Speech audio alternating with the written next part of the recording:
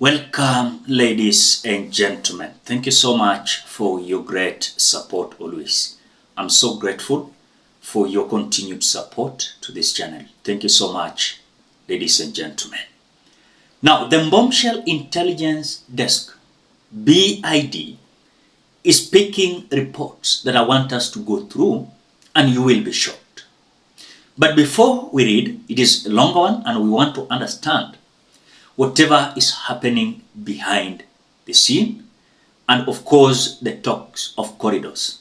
But before we read, as you always do, ensure you like the video. When you like the video, you automatically support the work that I'm doing in this channel, because sometimes you watch and you forget liking the video. So this is just a reminder, please, as you watch, consider liking the video. Thank you so much for that like. Now, the Bombshell Intelligence Desk, BID, is picking reports that, number one, UDA MPs from Mount Kenya have started distancing themselves from William Ruto after discovering a secret plan to remove key parliamentary committee chairs held by MPs from the region.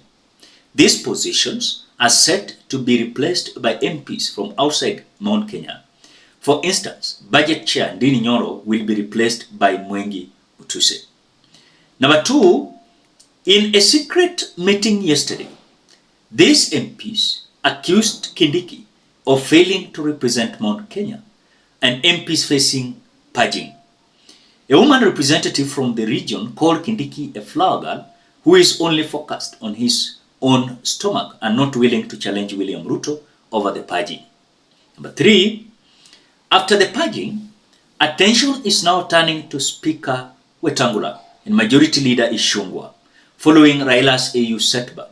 Raila Odinga is now demanding an extra cabinet secretary, 15 principal secretaries, and both the speaker and majority leader positions. Ruto has given him a nod. Number four, in the ongoing debates about purging and giving Raila more positions, no Mount Kenya leader, including Kindiki, has been involved because Ruto has lost faith in the region. Our agents have reported to us that Ruto is saying that Raila is enough for him to win 2027. Watafute yule mtu ya wa Munyoro, kwani wako na kura gani? Our agent quoted Ruto's words. Number five, there is a deliberate effort by the government to create division between Nyanza and Mount Kenya. Our BID agents report that the celebrations in Karatina, Nyeri County, after Raila's loss at the AU were orchestrated to falsely depict Mount Kenya as happy about his defeat. This is part of a broader scheme to prevent unity between the two regions and fuel unnecessary division. Number six, Ruto is desperately trying to replace Gema's 5 million votes, believing Raila's 3.5 million and the 2 million votes from Somalis he is quoting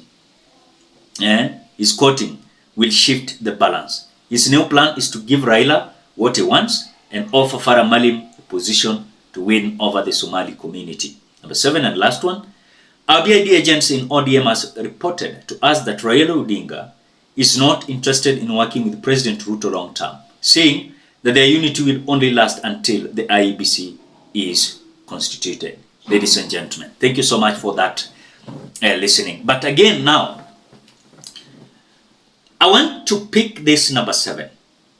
This number seven. There's something weighty issue here about our BID agent in ODM has reported to us that Raila Odinga is not interested in working with William Ruto.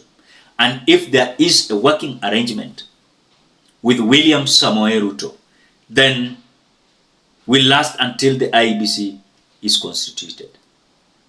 And remember, by April, we are going to have IEBC. By April, because already I saw the 189 candidates applied, and now they are continuing with the vigorous vetting. By April, we are going to have new commissioners. Does it mean that by April, everything is likely to turn south against William Ruto? But now, this issue of members of parliament being removed, do you know that that thing has brought William Ruto into a tight corner. Why am I saying that? One, he's fearing that some individuals, like, for example, like Ndindi Nyoro, we are being told there is a consideration by William Ruto himself to reconsider reappointing Ndindi Nyoro as the chairperson of Budget Committee. But again, these members of parliament are saying no to William Ruto. We are not bringing back this man called Ndindi Nyoro because they're feeling like this man allocated more money of CDF in his constituency than even theirs. This issue of Kindiki, of course, not defending the people and the Mount Kenya elected leaders, being affected with this purge. We are being told there's a woman rep from Mount Kenya region who faced off Kindiki and asked why he was so adamant and silent, how the purge was affecting the members of parliament who fought hard to ensure that William Ruto was the president. Now, again, in this issue of votes, that now William Ruto has realized that Mount Kenya region has moved on, and so what he's doing is busy trying to bargain these 3.5 million votes and the 2 million votes from Somalis he's quoting will shift the balance, So he's just busy gambling, which I know William Ruto is likely not to succeed on this. It's not. And I've said many times, if you expect Raila Odinga to work with William Ruto, then I'm sorry for you. You will see with your 2 eyes. Those who started supporting William Ruto because William Ruto is supporting Baba, what will you tell the people? Because by April, Raila will be so eloquent and saying, I cannot work with this government. And by the way, their pathetic diplomatic issues are not clear, and that is why I failed. So Raila Odinga will also have some ideas and narratives to ensure that he's constructing, of course, William Samoei Ruto. And that is what we are waiting. But again, as much as we are concerned, anasema wafuate yule mtu wa Munyoro, kwani wako na kura gani? So he's so arrogant and thumb-chesting that he understands he's going to be re-elected, the president, mupende musipende. Hiyo ndio kitu William Ruto anawaambia. So when I read this BID intelligence report, I was shocked. But again, when you pick some few things here, these are likely to be true. And let us watch. Remember, the BID linked some issues of Uhuru with AU, and I realized some of the issues were true. So I picked some 3. For example, like the issue of IEBC. That says our BID agent in ODM has reported to us that Raila Odinga is not interested with working with President Ruto long term, saying that their unity will only last until the IEBC constituted. That is it. Ladies and gentlemen, what do you think? Drop your opinion at the comment section below. Otherwise, thank you so much because of your great support. Please consider subscribing, liking, commenting, and sharing this video. Bye-bye till we meet in another video.